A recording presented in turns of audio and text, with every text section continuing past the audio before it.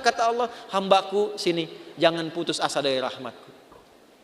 Setelah Allah berikan rahmat, teruskan ayatnya, innallaha yaghfirudz dzunuba jami'a. Semua dosa yang pernah engkau kerjakan, kalau benar tobatmu, aku ampuni sekarang semuanya. Tuh.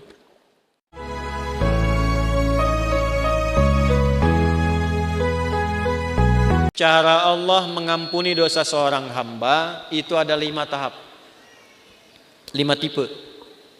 Berapa tipe? 5. Sudah. 1, dengan memaafkan kesalahan itu. Sifat Allah yang memaafkan kesalahan hamba disebut al-afwu. Ya. Misal subuh tadi jam berapa?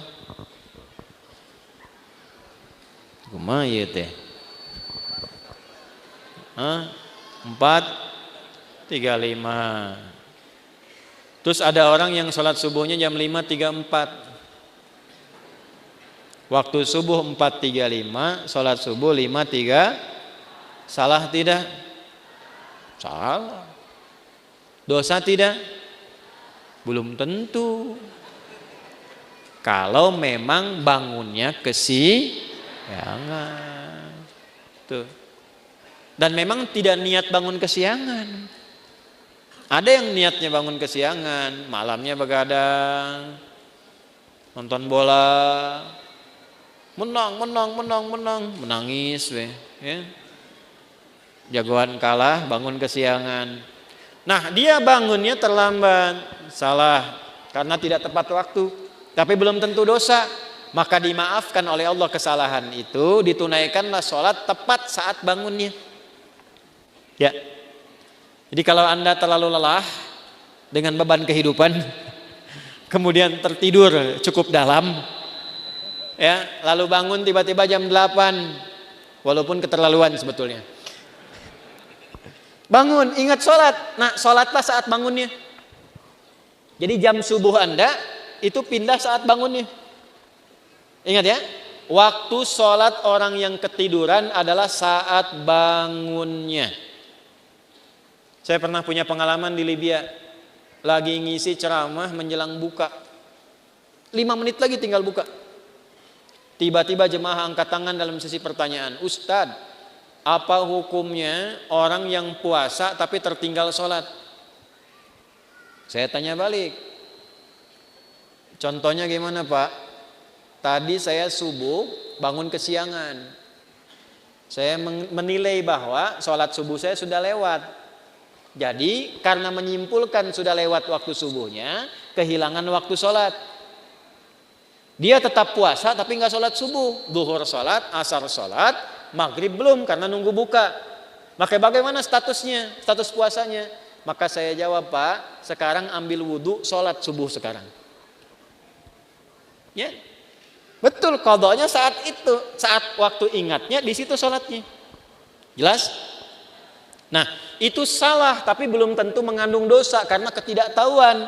Karena lupa jadi salah. Kan lupa itu suka menyebabkan orang tidak ingat kan? Nah, ketika orang tidak ingat berpotensi salah.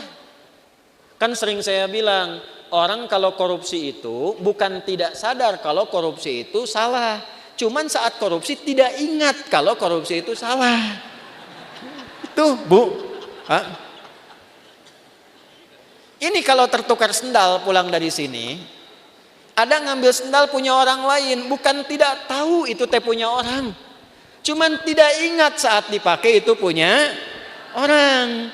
Nah, lupa itu nasya, salah itu akhta'a.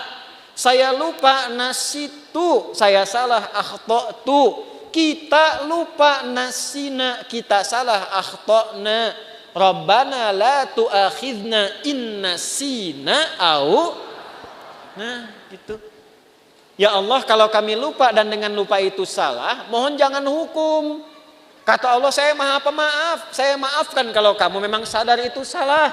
Karena itu jawaban pertamanya wa'fu anna. Al-afu. Subuh 4.35, sholat 5.34.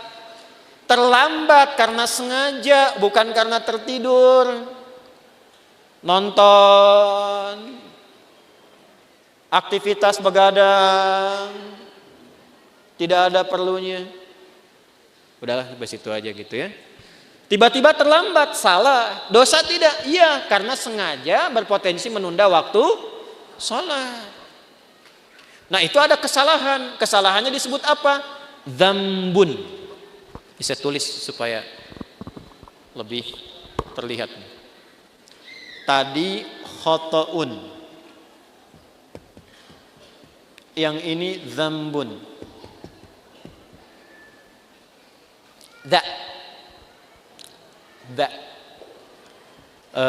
Kapan-kapan nanti saya mungkin rilis video pengajaran untuk spelling huruf hijaiyah tuh di 17 tempat. Itu diantara manfaatnya, itu bisa mengeluarkan semua potensi suara dalam tubuh. Bukan hanya untuk baca Al-Quran.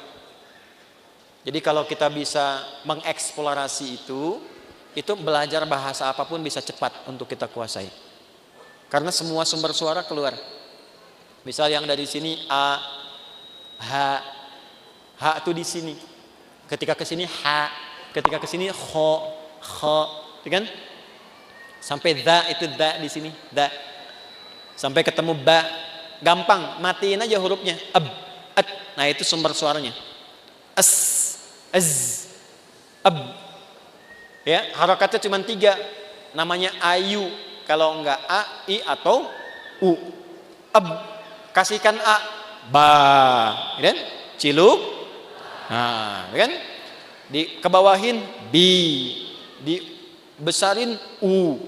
Nah, ini pakai dha, dzambun. Dzambun itu, maaf, salah yang mengandung unsur dosa. Sengaja menunda sholat, terlambat, dzambun.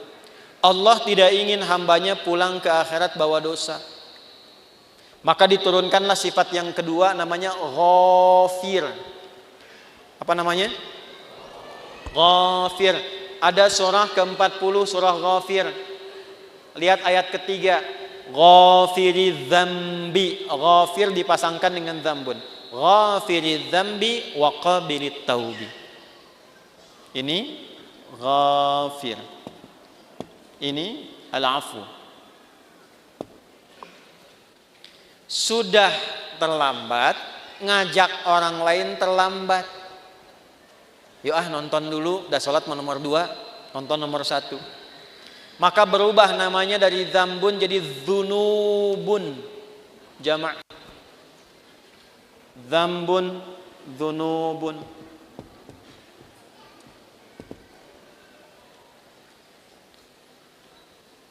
Sudah mencela, merasa paling hebat, merasa paling bagus, terakumulasilah dzunubun. Maka muncul sifat Allah yang ketiga untuk berpotensi menggugurkan itu. Namanya Ghaffarun. Ghaffar. Apa namanya? Di dalam surat apa? Surat Nuh ayat berapa? Ayat 10.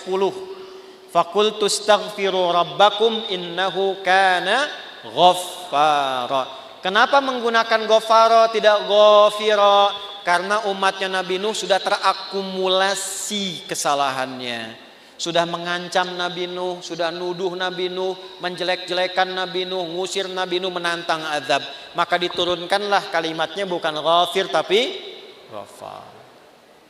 Sudah terlambat sholatnya, ngajak orang lain gak ke masjid, mencela orang yang ke masjid. Ayo atuh orang nonton heula, sholat dah sholat nomor 2 tuh. Isin aku itu ke masjid, ada eta mah soleh wungkul. Paham? Ya. Maka yang keempat ini ditambah ada zalimnya. Namanya dzunubun ma'adzulmi. Dzunubun ma'adzulmi. Dzunub dan zalim. Apa dalilnya? Contoh Quran surah 2 Al-Baqarah ayat berapa? Ayat 114 misalnya. Wa man azlamu zalim. Wa man azlamu mimman mana'a masajidallahi ay yudhkara fiha ismuhu wa sa'a fi kharabiha. Paham? Tidak. Siapakah kata Allah? Nih nanya sama kita. Pertanyaan ini nggak usah dijawab karena Allah sudah Maha tahu. Namanya pertanyaan retorik. Pertanyaan retorik itu pertanyaan yang diajukan untuk menggugah kita supaya mikir, bukan supaya jawab. Seperti khatib Jumat nanya kepada jamaah. Sudah menerangkan, dia tanya, apakah jamaah semua masih merasa beriman? Jangan dijawab, masih. Nah, ini masalah. Saya pernah khutbah Jumat tuh, satu daerah di desa, ya kan? Bukankah Bapak ini semuanya beriman kepada Allah? Betul. Itu pertanyaan retorik. Allah nanya kepada kita, gak usah dijawab, supaya kita mikir. Maksudnya begini, kalian ini kenapa sih sudah berbuat banyak dosa masih zalim juga? Di antara perbuatan zalim dan banyak dosa, satu, ada yang sifatnya tentang ibadah di masjid. Orang yang mencegah orang ke masjid, sengaja menjatuhkan orang supaya keluar dari masjid, memfitnah ulama supaya tidak ada di masjid. Tuh, itu namanya dosa akumulatif plus perbuatan zalim. Syirik, inna syirka la zulmun azim. Syirik masuk kategori ini nih. Syirik itu zalim. Ya. Hati-hati ya, yang kecil yang besar sama saja. 7 dosa besar nomor satunya syirik. Baik langsung atau menggunakan perantara. Langsung mengatakan semua agama sama, menuju pada Tuhan yang sama, cuma caranya beda-beda. Itu syirik lisan. Silakan, saya kalau masalah akidah tegas saya. Menggunakan perantara, pakai dukun. Saya langsung saja nih, saya nggak perlu minta maaf. Ya, pakai dukun, menggunakan jasa dukun. Menerawang air tuh, kira-kira malaikat ngatur apa enggak nih? Gimana supaya enggak hujan? Bawa panci, bawa apa, tokotok segala rupa itu. Kita itu umat yang sudah diatur dengan syariat, doanya ada. Mau kita minta hujan berhenti, mau dipindahin, mau hujan sudah ada. Lengkap, sanadnya sahih. Minta hujan bahkan ada sholatnya istisqa. Mindahin hujan ada, dalilnya di hadis Muslim ada, caranya ada. Semua sudah diatur. Bahkan secara teknologi bisa dilakukan juga, ada rekayasanya juga ada. Nah, ketika menggunakan jasa-jasa, jasa lah gitu, ya. Yang tidak diridhai dan ada dosanya, nah ini zalim perbuatannya. Tapi Allah tidak menginginkan dosa itu terbawa sampai meninggal. Itulah rahmannya Allah. Jadi Anda bayangkan Pak, Ibu, Allah saja pada orang yang syirik masih memberikan waktu sampai meninggal supaya tobat dengan rahmatnya. Masa anak Anda yang berbuat sesuatu yang mungkin Anda merasa melecehkan orang tua, Anda memvonis dengan durhaka dan dia mau memperbaiki itu, Anda tidak terima. Allah masih terima. Anda bukan Tuhan, sudah tidak mengakui sebagai anak. Di mana rahmatnya? Ini ya. Coba nanti di ujungnya indah sekali. Maka yang keempat namanya Ghafurun. Apa namanya? Ghafur. Ghafur. Pak Ghafur, nggak boleh cepat marah tuh. Tapi yang kelima, syirik iya, Allah, mencuri iya, menjatuhkan iya, minum juga iya, zina pernah. Dan hebatnya begini, kalau dengar orang berbuat tindakan kriminal maksiat, dia belum mengerjakan, rasanya dia merasa belum komplit. Mana naon we? Iya. Si itu mah pernah begitu. Oh, benar gitu. Orang oge arek lah. Nah, itu berubah yang kelima. Namanya israf. Apa namanya? Israf itu sudah berlebihan. Ada orang berlebihan dalam dosa, semua pengen dicoba. Masih mungkin diampuni enggak? Halo? Allah dengan sifat Rahman-Nya masih menurunkan ampunan pada yang demikian kalau dia mau tobat. Inilah yang kelima puncaknya. Ketika Allah ingin mengampuni dengan sifat kelima ini, tidak digunakan al-afu, tidak digunakan turunan dari kata ghafara, baik ghafir, ghafar ataupun ghafur, tapi yang kelima langsung disebutkan rahmatnya. Rahmat. Dengan sifat Rahman-Nya langsung disebutkan kata rahmatnya, rahmat. Dosanya israf. Bahkan rahmatnya dilekatkan dengan sifat Allah pemiliknya. Ya, pakaian nisbah. Rahmat itu punyaku. Maka dengan rahmat yang aku punya, semua rahmatku aku punya nih. Aku tawarkan kepadamu ampunan supaya engkau tobat dari dosa yang kau kerjakan itu. Nih, ada yang pernah mabuk, pernah bunuh, pernah zina, pernah merampok, pengen tobat, pengen balik. Kata Allah jawabnya bagaimana? Hei, aku tawarkan kepadamu semua rahmat yang aku punya untuk mengampuni dosamu kalau engkau benar mau tobat. Kurang apa coba? Jadi kalau dengan tawaran itu masih ada yang belum tobat, keterlaluan itu. Dengan cara apa lagi Allah mesti ampuni? Di mana dalilnya? Quran surah ke-39. Di ayat berapa? 53. Bagaimana bunyinya? Qul ya ibadiyalladzina asrafu ala anfusihim la taqnatu mir rahmatillah. Sandarkan pada Allah. Wasi'at rahmati kulla syai'. Rahmat ketemu yang mutakallim. Rahmatku mencakup semuanya. Ya di situ apa? Allah. Jangan putus asa dari rahmat Allah. Kenapa tidak langsung menggunakan rahmati? Karena kalau banyak dosa, biasanya nggak kenal Allah, walaupun mengaku Muslim. Itu. Maka nama Allahnya dikenalkan lagi, supaya kenal lagi. Ya. Contoh nih, ada orang sudah terakumulasi dosanya, profesional lah di bidang dosa. Mabuk, nipu, ngerampok segala rupa kan. Terus Anda ingatkan, ya itulah orang bertakwa kepada Allah. Nah, pasti jawabnya gini, atau mau Allah lah gitu. Jangan bawa-bawa Tuhan gitu ya. Nah, karena belum kenal Tuhan, dikenalkan lagi la taqnatu mir rahmatillah. Dan hebatnya masih diaku hamba, Pak. Kul ya Muhammad katakan, ya ibadi, hei hambaku, masih diaku hamba. Coba ya. Ini jangan anak Anda lah, anak umum aja. Ada ibu dan ayah, anaknya begitu durhaka, buruk terhadap citra keluarga. Di luar sudah merampok, sudah membunuh, sudah berzina, merusak nama keluarga. Tiba-tiba pulang ke rumah pengen minta maaf sama bapak dan ibu, diterima enggak?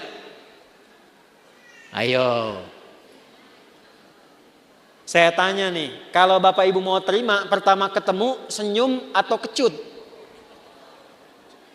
Tuh. Marah atau tenang? Non sia ka dieu. Tuh, coba. Nah, inilah pentingnya kita ngaji begini. Ini anak datang pengen taubat, wasilahnya orang tua pengen minta maaf. Allah yang pencipta kita mengatakan, "Qul ya ibadi." Pakai kata iba, hambaku. Pakai ya disebutkan 360 kali dalam Al-Quran. Fungsinya 3 di ilmu nahwu. Nidaul qarib, nidaul mutawassit, nidaul ba'id. Memanggil yang dekat, yang menengah, yang jauh. Hei ahli maksiat, dimanapun berada, semua jangkauan. Yang telah menyimpulkan mungkin Allah gak akan ampuni dosaku. Salah kesimpulannya kata Allah, hambaku sini, jangan putus asa dari rahmatku. Setelah Allah berikan rahmat, teruskan ayatnya. Innallaha yaghfirudz dzunuba jami'a. Semua dosa yang pernah engkau kerjakan, kalau benar tobatmu, aku ampuni sekarang semuanya. Tuh.